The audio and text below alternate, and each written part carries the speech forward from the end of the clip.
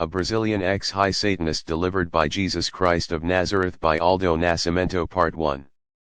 A Brazilian former high Satanist delivered by Jesus Christ of Nazareth by Aldo Nascimento Part 1. Former Macumbairo, practitioner of magic, turned pastor, he tells us about his journey and his infernal descent into the world of occultism. One about me: it's been hard to get this far, the devil has struggled in many ways to keep me from giving this testimony. I am from Rio de Janeiro.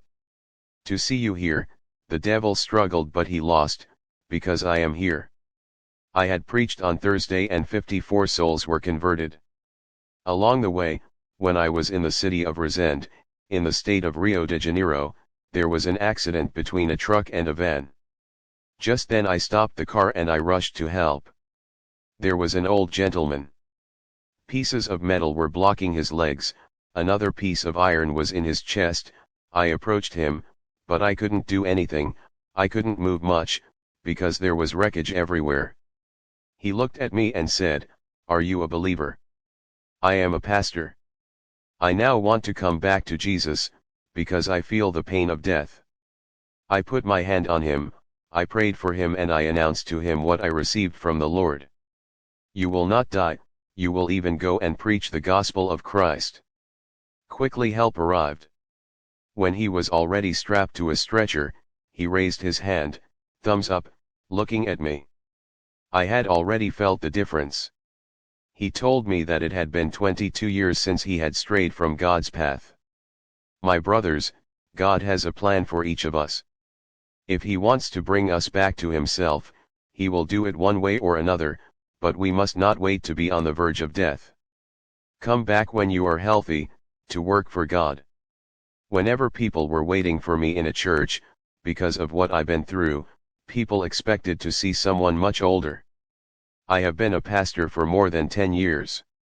I have traveled to 12 countries and in all the states of Brazil. I have been preaching in every little corner of Brazil. I was best known in Brazil in 2004, after a debate and especially when I started to give my testimony. Now I live in the state of Rio, in a city where almost everyone is evangelical, those who are not, are children of believers. At the age of 16, I was already commander-in-chief on the scale of black magic. At that age, I had already dabbled in the Umbanda, Quimbunda, Candomblé, Voodoo, fetishism, these are religions and mystical practices. I reached rank 33, which is the last rank in black magic. In 1982, I started working for Rede Globo, Brazilian television channel. I worked to consecrate their novelas, Brazilian soap operas, that is to say bless their series and mini-series in the name of Satan. I did several jobs for several people from Globo, for presenters and actors. I did work for Renato Araujo, better known as Diddy dos Triple Haas, humorous troupe. You don't know it, but Diddy is in the second highest grade in black magic. He is a pope of black magic. He has that sweet appearance, but if you step on him you won't live long enough to tell what happened. He is a terrible instrument of Satan. He lives through satanic rituals to obtain prosperity and fame. I also worked for Suxa, actress, singer, and presenter of children's programs. Her nickname translated in black magic means Oxum and Oryxa, they are demonic entities. Suxa works with Exum Mirim. He is a small demon who dominates children in her TV programs, and in cartoons, they make children rebellious. It is these spirits that from childhood push little boys to be effeminate and to want to try lipstick, for example. These spirits make little girls lesbians. Children are dominated by these spirits through television. Through these children's programs and cartoons, a satanic force is reaching homes. Not all of the monsters you see in these programs were created by chance. They actually exist in the spirit world before they are portrayed on TV. Lots of cartoons, not all of them, but several of them are dedicated in black magic rituals. I myself dedicated a cartoon on his arrival in Brazil, He-Man. There is a character in this cartoon, a flying figurine, which represents the Exum Caveira or the god of death, in black magic. The opponent of He-Man, is called Esclito. He is the Exu of death, the god of death in black magic. The characters in these cartoons are not chosen at random. I also dedicated another cartoon on its arrival in Brazil, Thundercats, in which there is an entity called Mumare. It is a caboclo from Angola. A caboclo is a white Indian mestizo, but in Umbanda, the caboclos represent an indigenous people who lived in the past and who were endowed with great intelligence. We can evoke their spirits, because they have become spirits. They are invoked for various reasons. When Mumare is transformed, he approaches a huge boiling pot. He stretches out his arms and evokes the old evil spirits. He evokes the first demons who came to earth. He transforms this old form, this decadent form, into Mumare, and he then turns into a great demon. Then, 2 cobras grow on its head. On its chest is a cobra with 2 heads. Then he continues with a ritual where he turns and transmits a satanic word cursing children. Mumare is a mummy who transforms into an evil spirit in the cartoon. At this moment he transmits a message: in the name of Lucifer, Prince of Darkness, I curse all those who look at me. This spirit disturbs the children, they no longer respect their parents and become restless. The satanic force is terrible. A cartoon that has been dedicated to Satan gives the power to entities to come to children and disturb them psychologically. They can cause a child to have the idea to kill his parents. There is a caboclo entity named Seven Encruzilhadas. It means 7 crossroads in English. It is the entity that founded the Umbanda, mystical religion. This 7 Encruzilhadas proceeds by means of a Pai Santo. A Pai Santo is a male priest of Umbanda, Candomblé, and Quimbunda, the Afro-Brazilian religions. In Portuguese those words translate as Father of the and Saint S+, which is an adaptation from the Yoruba language word Babalorisha, a title given to the African religion's priests. 7 Encruzilhadas is a very powerful entity, which serves to destroy people drastically. The Pai Santo first conjures up the 7 Encruzilhadas. Then the Pai Santo sends him to possess a determined individual, and this person will kill the person or persons who are asked of him, the father, the mother, the children, whoever. Once the victim is killed, the perpetrator will swear until the end of his life that he did nothing wrong, since it was the entity that used his body to do so. But God has raised an army. It is me and you to fight against the forces of evil. We must dedicate our lives to God. While you waste time on unnecessary leisure, souls are dying at the hands of Satan. Pray for the salvation of souls. You have the possibility through your prayers to not only protect yourself but to curb the harm done to people on the other side of the earth. So take the time to add a few sentences to your prayers for the salvation of souls. These people may not be Christians, they don't even know they can break free from this, they're lost and confused. I was doing jobs for important people in our country. I was working jointly with Tio Chico, known today as Pastor Francisco. He was the strongest black magic Pai Santo in the state of Brasilia. I was with Tio Chico and 5 other Pai Santo graduates in the high elite of black magic. It was the time when Tancredo Neves won the presidential election in 1985. The witchcraft drums resounded in Bahia, Recife, Brasilia, and Rio de Janeiro to mystically finish him off. At the end of 15 days of ritual, Tancredo Neves, the President of the Republic, died because he could not withstand the pressure of the satanic forces which were produced to kill him. The politics we live in are dirty politics. Most politicians have a pact with black magic. For a senator to be elected, a vote is required. But in Brasilia, there are senators that we have never seen, we do not know their names or their numbers, and no one voted for them, yet they are there. It is the same for certain federal deputies. These are people who work black magic in order to be elected and to become rich. There are people who don't like to vote for Christians. They don't like the idea that a man of God is in politics. They prefer to vote for macumeiros, practitioners of magic. In Rio, there was a new law, the law of silence. They shut down churches on the pretext that they are making noise. What about carnivals, and football games and all those pagan festivals that are in our country. Don't they make more noise? A Christian deputy fought alone, by the grace of God, and fortunately had this law annulled. My brothers, beyond the political consideration, when voting for your elected officials, place the men of God. This is necessary. Once in power, these people will defend the interests of God and the Church. The others, you do not know what interests or for whom they work. I was Paidesanto of the one nicknamed Cabica, Fernando Collor de Mello, former President of the Republic, of Paulo Cesar Farias, known as PC Farias. I was Paidesanto for actors, actresses, etc. Today I work for Jesus of Nazareth. It is God who redeems man from the clutches of Satan. To my mother. I'm going to tell you about a tried person, my mother. I come from a family of pastors. I am the grandson of a pastor, Manuel Inácio da Silva. My grandfather was one of the pioneers of the Assembly of God in Recife. I am Sister Leah's grandson. My grandmother was one of the first leaders of the prayer circle in Brazil, founded in Casa Amarilla. I come from an Assembly of God family. My mother was leading a big prayer circle in our city. She was known as a prophetess. People said she was a vessel of God. In 1968 my mother was pregnant with me. One day when she was in a prayer circle, someone gave her a prophetic revelation. A woman put her hand on my mother's belly, and she said, "Woman, in your womb, there is a male. He will grow up and preach."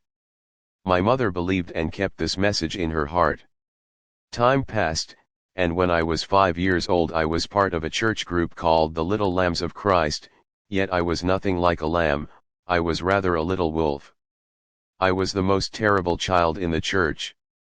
I disrupted all worship, I knocked down musical instruments, people's Bibles, I ran into the church. When the porter, also in charge of security in the church, came to look for me, I hid under the pews of the church and I slipped between the legs of the faithful and he did not catch me. I was running here and there. No other child was having fun with me. I was terrible, a real plague. Most of the doormen were old, and couldn't control me. And one fine day there was a porter from another city. My uncle, the pastor of this church, asked him to be the church porter. He was very attentive to the slightest noise, and as soon as a child started to run he rushed to restore order. A girl was wearing a flounce skirt. I pulled her skirt off and dragged the skirt to the floor. Fortunately for her, in the Northeast, all the young girls wore petticoats. The porter witnessed the scene, he saw the young girl crying. He asked the second doorman who this uncontrollable child was. The second doorman told him, "Don't touch this child. His family is one of the most important here. His uncle is the pastor and his mother is leading the prayer circle." How is it that people in the church fear important families? In church, no one is more important than another, and no family commands another. The only person in charge there is Jesus. The other porter then replied, "He may be the child of an important family, but this church does not belong to them, it belongs to Jesus. Now I am going to catch him and he will stop making a mess." This porter came there, and I was afraid. He asked me to take his hand and he pressed, and I threatened to tell my parents. He took me to the hallway of the church, pricked my ears. When I wanted to cry, he asked me to be silent. He told me that if I continued to cause disorder in the church, he would hit me. "Go sit down and be quiet," he said to me. I turned into a little angel. This doorman worked Tuesday and Friday, and during those 2 days I was a real little angel. The other days, I continued to do whatever I wanted. Fortunately my son Jonathan doesn't misbehave like me today. He plays instruments in the church and sings, while I was just the opposite when I was at his age. I had no friends, I often played alone. I was the child of my parents' old age. They gave me a lot of attention and forgave me for a lot of things. But it was a mistake because I was the most terrible of all their children and I did everything that the others had never done. One day while my uncle was taking a nap, he who defended me when people said I had a demon in me. He was sleeping and I saw that he had a lot of hair on his legs. I found it weird and I decided to remove his hair. I took kerosene from a lamp. I poured it while massaging her legs. My uncle woke up believing that I was massaging him. While I was spreading the oil, he fell back asleep. I went to get matches and set him on fire. My uncle stood up. It looked like a horror movie. He went running, screaming, desperate. He had second-degree burns. He almost died. I had a bad spirit in me. I saw my uncle burned and I found it very funny. My mother came and helped him. My mom whipped me so hard that day. Then she took some corn which she spread on the ground and asked me to kneel on it for 1 hour. The day everything changed. When my mother went to work, she would ask around who could look after me. No one wanted to. So that is how one day we both went to town to shop. She had to buy fabrics for the tables in the church. The sisters in the church loved my mother very much. People feared her, because she had revelations. When she passed by, people would say, "It is her. This is the vessel through whom Christ speaks." But the Lord gave my mother a hard test. When we had already bought the fabrics, we were at the station waiting for the train to return. I had started running everywhere and I was hiding. I wanted to play hide and seek. I was hiding behind the door in the station toilets. My mother was looking for me because the train was ready to go. And as my desperate mother was looking everywhere for me, she saw a little boy in the distance on the train at the door. This boy had the same clothes and shoes as me. She thought it was me and she got on the train. The train closed its doors and was gone. Because of a game, I lost my mother's affection, I lost my family, I lost the opportunity to grow up in a Christian home, I lost everything. As I left this toilet, I saw that the train left taking with it the most important person in my life, my mother, the one who defended me against everything and everyone. For example, one day my mother was going to milk a cow. I was around and I had a red shirt. The farmer who was there saw me go to my mother and asked me to change my shirt because cows don't like red. As stubborn as I was, I said, "This is what we will see." I started to provoke the cows. When one of them saw me, it started to charge towards me. At that precise moment my mother saw, she ran towards me to prevent the cow from hitting me and she fell into the mud. In that mud there was a piece of iron that went through my mother's breast and one of the fence posts made her blind in her left eye. She fell there bleeding with one eye sticking out of it. My uncles arrived and I was paralyzed. My mom still ran to kiss me and asked if I was okay. And she said, "Thank God you're doing well." The only love the Bible compares to the love of God is the love of a mother. A mother normally loves her child more than her husband, more than her lover, more than anything. A woman of God loves her children supernaturally. When her children go out, the mother is never at ease. So I was alone in the station, I was crying. Once on the train she realized that the young boy was not me. My father was waiting for us at the other station. When she arrived, my father asked where his son was. My mother replied, "I lost our boy." My father managed to find a car from the town hall and returned to Recife. They spent 3 days looking for me. Then they had to go home. My father spoke to my mother, "You took away my joy of living, you took away my son. From today you are no longer my wife." As I told you, I was the son of my parents' old age. My parents were already old when I was born. I was the youngest, the one who was pampered and who often ends badly in life because from young I did not have the same education as my older brothers. I was shown too much love and few limits. I did not have the tools to move forward in life. I am rebellious, disobedient, contemptuous, and selfish. But it is not my fault. It is because of the failure of my parents who defended me too much and gave me too much permission at home. The son of old age. My father took his license from the church. He tore it up and he said to my mother, as of today I'm not a believer either. And I don't want Christians to come to my house anymore. My father was revolted, he no longer spoke to my mother. She lost the respect of church members. Formerly admired, when she entered the church, people said, "Look, it is the irresponsible mother." She lost a 6-year-old child. It is sure that this child is already dead. My mother would bow her head, kneel and cry. Not only had she lost me, but she lost her husband, respect of the church, and people would laugh at her. When she went to the market, people out of spite asked her, "Oh sister in Christ, where is your son? Didn't you come with him? Didn't you say your son was coming home? It's been 3 years already." And my mother always answered, "One day he will come back." My mother told me that she was crying in the street. He missed me very much. Meanwhile, I wandered the streets, ate in the garbage, ate rotten food. Sometimes there were already insects on it, but I ate to quench my hunger. One Friday night I was sleeping in the street. In Recife, it is hot during the day, but at night it is very cold because of the breeze coming from the sea. So I took a stray dog with me.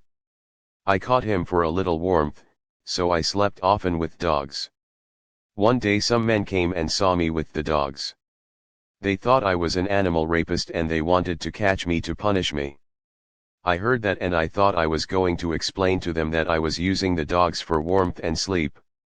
When I got up, one of the boys kicked me, with his boots, which have an iron on the front.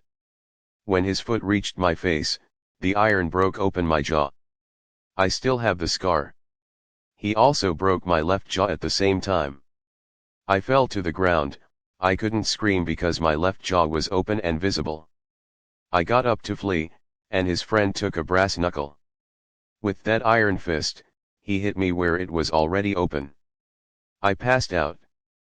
All night long, I stayed under a bench, bleeding. In the morning a young man who always passed by and gave me popcorn took me to the hospital as soon as he saw me. When the nurse began to sew my mouth, she asked who could have done this to such a young boy. The doctor said, "A boy like this, must be one of those little thieves, sniffer of glue, he certainly stole someone's wallet and he was punished. Quickly finish sewing his jaw and put him outside, he stinks too much." I saw that in their eyes I was nothing, I was nobody, I did not exist. I was kicked out. I looked at the sky and I thought of my mother. I remembered what she said. She said that God gave bread and water to the people of the earth so that they would not die of hunger. It had been days since I had eaten. I couldn't eat anything, I had to drink soup or liquid food. But where was I going to find soup? I had no money. When it rained, I would take the mud and drink. I would go to the beach and take the rest of the coconut water that people had drunk. That was my soup. I spent nights hungry. I received a lot of beatings from little street children like me. 4-woman initiation. One day I went to a welfare center believing I was going to be saved. But it was the biggest curse for me. A car stopped and a lady came out distributing soup to street children. I didn't know who she was. She was the most powerful Macumba practitioner, in the state of Pernambuco. She was known as Tia Dinar, Commander-in-Chief of the High Black Magic Squadron. When I had lined up in the queue to receive the soup, she took me out of the line. "Madam, you are not going to give me soup." "Of course I'll do it. I'll take you out of the line, because you're a special child, you'll eat as much soup as you want." She gave me a lot of soup, then she asked me, "Why are you in the street? Don't you have a father, a mother?" "I have, but I got lost and I don't know how to get home." I told her the name of my city. She told me that she didn't know it. "If you want I will take you home. I'll take care of you like a son. Is there food at your place?" "Yes, of course." "Is there a bed to lay me down?" "Yes, of course." "I'm coming." This is how I arrived in the biggest witchcraft center in Pernambuco. She lived there, but it was also a big center, where she received politicians, actors, and actresses etc. Powerful people came there to make a satanic pact or ask for a mystical service. Tia Dinar, that's her name, said to me, "I need you, you will be my substitute, I will teach you the art of magic." I began to know the strength of black magic. Now you no longer have a father and you no longer have a mother. But I have a father and a mother. No, it's over, you don't have any more. I'm going to lock you in this room. You will go out only when you understand that you don't. She locked me in a dark room for 45 days. She only gave me food at 10 p.m. She slipped a strange bowl of salty soup under the door. I was so hungry that I ate. After 45 days, I couldn't remember having had a father or a mother. This memory was erased from my mind. She gave me spiritual treatment, a cleansing of my mind, and my past was erased. After 45 days, I was already used to this soup. When I left the room, I asked her for it. She replied, "Go get some from the fridge." I went to the fridge and when I opened it there was no soup, there was only human blood. That was what she gave me with salt for 45 days. And because of that, I started to receive spirits.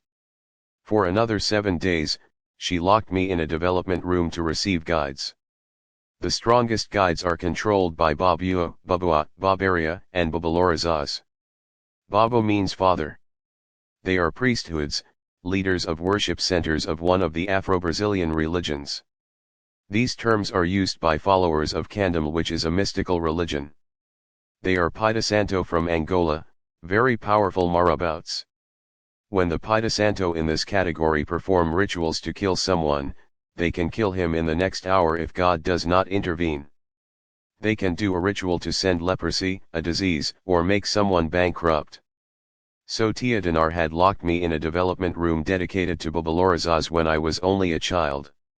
On the penultimate day, I was incorporated by guides that only high-grade Pai Santos normally received. One night I received all the guides, which normally are only received gradually, every year in normal times. When I left this room, Tia Dinar immediately saw the number of guides I had received. She was afraid and she said to me, "I'm going to send you to Bahia right away, because you have received 2 strong guides and I do not work with them. You will have to go to Bahia to develop yourself with the Maimoninan Hatu Kanchua." I was staying 7 to 8 months there. She had taught me all the art of magic, all the control of satanic power, all the strength of black magic. When that was finished, she said to me, "You will lead 27 high-grade black magic cults. Do not accept any humiliation from any human being." At that time I was doing jumps 3 meters high. I was taken to a beach called Velmar, and that's where I started jumping. I didn't know what it was for. I think the Santo Pai wanted to know what spirit was incorporated in me at the time. I was possessed by an exum which gave me the supernatural strength. Possessed by this entity, I could kill any man that challenged me. People started to fear me and I was then known in Pernambuco as the little boy from hell, the youngest Pai Santo in the state of Pernambuco. From then on, I started to do major works. In 1982, I got to know Roberto Marinho, president of the Globo Group, now deceased. The Maita Santo said to me, "I'm going to introduce you to someone very powerful. If he likes you, he will want you to work for him." I was doing a ritual for him, and he appreciated it. He then hired me to dedicate his novellas, Brazilian soap operas. 5. My first work, I am going to show you transport tickets on which are printed notices of missing children. It is written there, "Missing child." This child, Fabiano, disappeared when he was 13 years old in 1996. At 13 years old, don't you think that Fabiano could tell the competent authorities what is the name of his father and his mother? Can't he tell the name of his neighborhood or the city in which he lives? The answer is yes. So why isn't he home? Why has it been so long and no one can find him? I will explain and give you the reason. But first look at this other ticket, where Tatiana, who disappeared in 1992, was also 13 years old. There are several of these papers like this, people who disappeared and never came home again. You know why? These people do not get lost, they are kidnapped to be sacrificed in black magic rituals. I now want to alert everyone who watches the novellas. Before recording a novella, there is a satanic ritual. The novella is offered to a caboclo called Caboclo de Orixa. The Caboclo de Orixa claims 6 children as a sacrifice. We tie the child's feet, the arms. We put him on an altar. Underneath there is a receptacle. We take a dagger of Trancarua, name of a spirit, and we pierce the heart of the child. When you take out that dagger, you press so that there is pressure and blood comes out. The child struggles on the table until death. Then we remove his blood, his flesh, his bones, which we burn like incense to the Caboclo de Orixa. The same process is repeated, with 5 other children. The novella is said to be consecrated. The actors of the novella are part of the ritual, and then the novella is broadcast, with terrible power. On Judgment Day, the Pieta Santo will pay for their actions. The actors and actresses who took part in this will answer for all of this before God. It is for these reasons that one should never watch the novellas again, because now that you know these things, you become accomplices.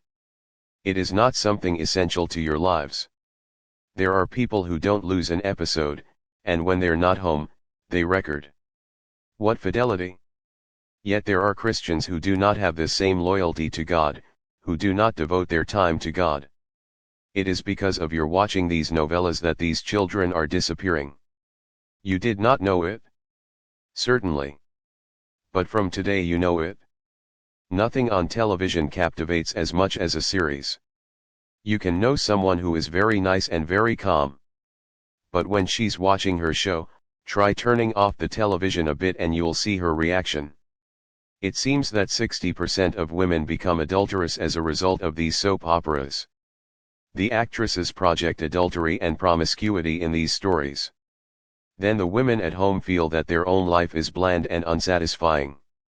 Yes, these shows make people unfaithful. So consecrating novellas to Satan was my first job, and I got to know the actors, these famous people. I knew Renato Araujo. He hired me to do a job for him. I did, and he paid me. And I had gone to offer this money as an offering to Imanja, the queen of the sea, on a beach called Boa Viagem, in Recife. When I brought her this offering, she materialized and she said to me, "I don't want anything, you brought me here. And what do you want?" "I want blood." "What kind of animal?" "I don't want animal blood. I want human blood." "I don't want a man's blood. I want a woman's blood." "I want you to go back and bring me a 15-year-old girl. You will stab her 7 times here in the sea. I will drink her blood and I will eat her flesh."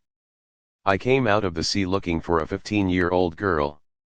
Know that when you leave your house, the devil is watching you.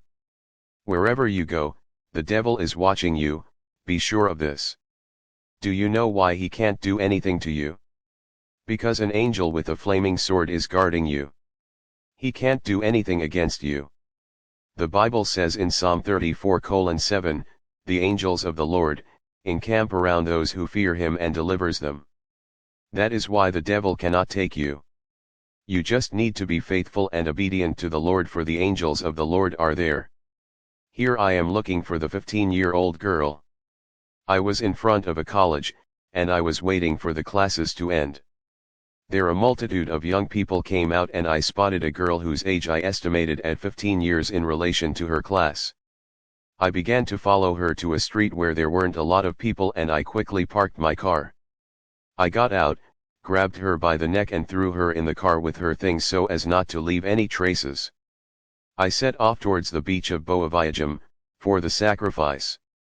This girl had to die for Renato Araujo to have more success and more money. When I arrived at Boa Viagem beach, this girl was almost passed out. But a police patrol car passed by and she started screaming. I was scared, but I still managed to grab her neck so that she passed out again. When I parked the car, she came out the back door and started running and leaving me behind. Fortunately for me, she was not running towards the city center, otherwise someone could have seen her. She had run to the beach. And this Boavayajam beach is very wide. Very quickly, I caught up with her. This young girl was white-skinned. Her eyes were red. She had cried so much. She was desperate with the fear of death, and I had this dagger in my hands. If you run, I will open your arm and you will bleed into the water. It is better that you come quietly. I will kill you quickly and you will not even feel the pain of death. This young girl was desperate. She was afraid of losing her life, her future. I was the devil's instrument, so killing her meant nothing to me. I approached her to grab her and carry her into the sea. But she took a step back and raised her hand.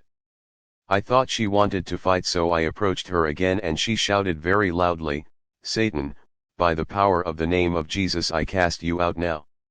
At that moment a strong light came out of the girl and made me fall. I had my spirits in my body and I had fallen to the ground. I looked at the girl above me. She was red and surrounded by light and cried out to me again, "Young man, I tell you, I belong to the Lord who is the creator of heaven and earth." I couldn't move anymore, the spirits inside me were paralyzed. The girl is gone. I don't know if she herself saw that light that was in her, I don't think so. I finally got up. She was already far away.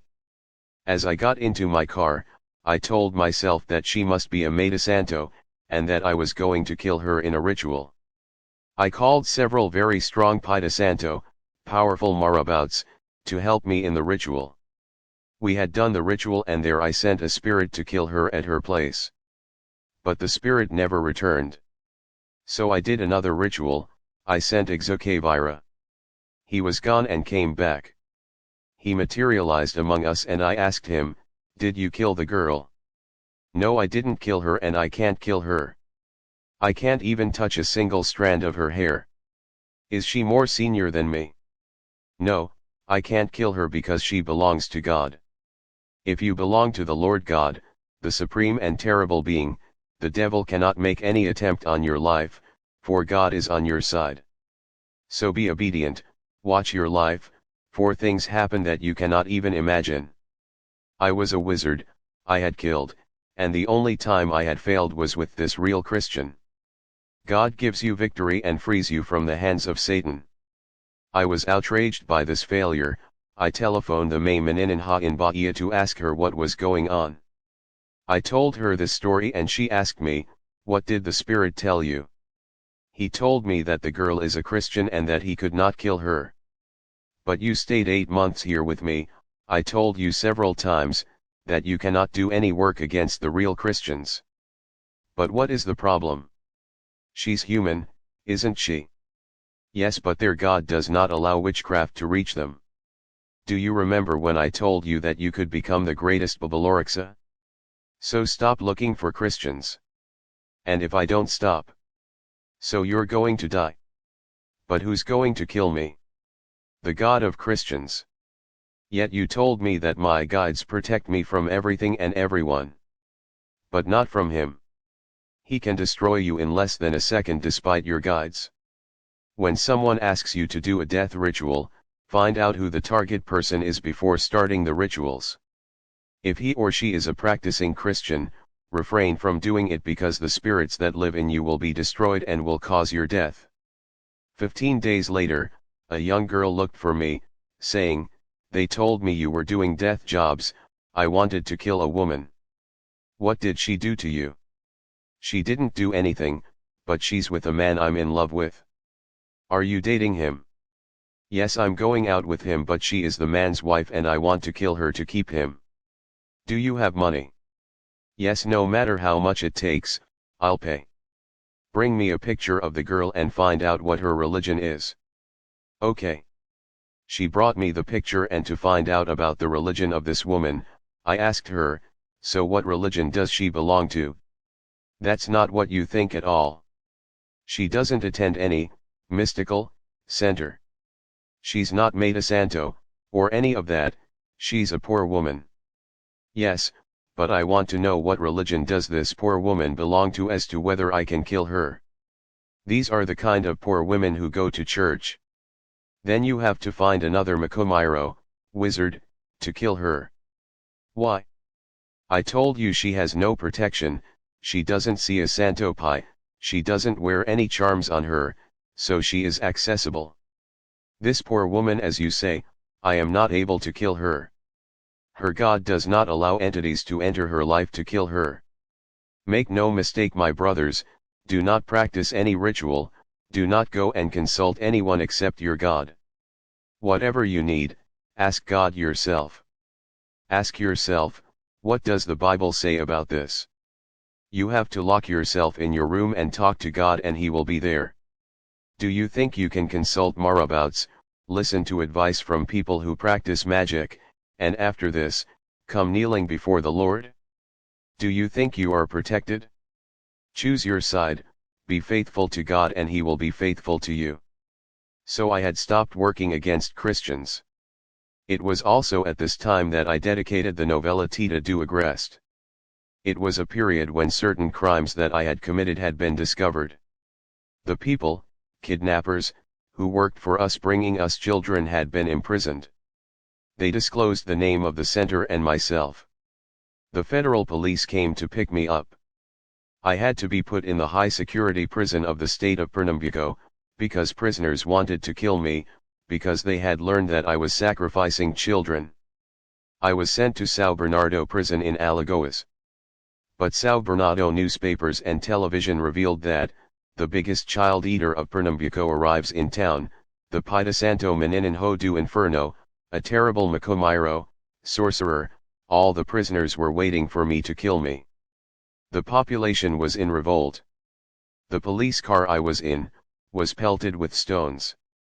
I was 20 at the time, and I wondered what I had done to the people to make them want to kill me. I was placed in an isolated cell. When I was sent out for a walk, I received beatings from all sides from the other prisoners. Once while I was queuing for lunch, a prisoner came with a dagger and said, "Makomairo, you are going to die right away." He thrust the dagger in my stomach and the blade went to lodge itself in my spine.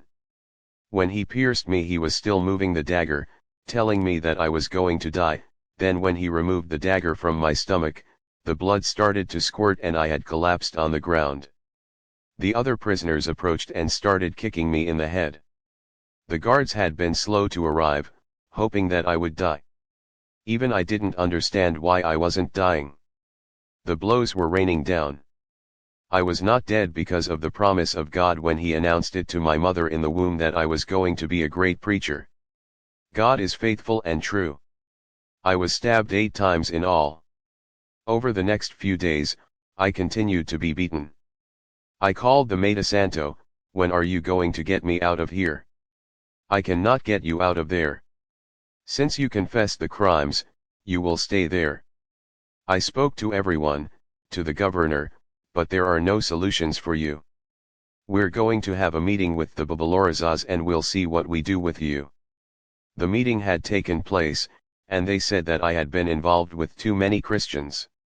It had disturbed the functioning of their centers. They said, "We will expel him from magic. He will stay in prison. Let him die there."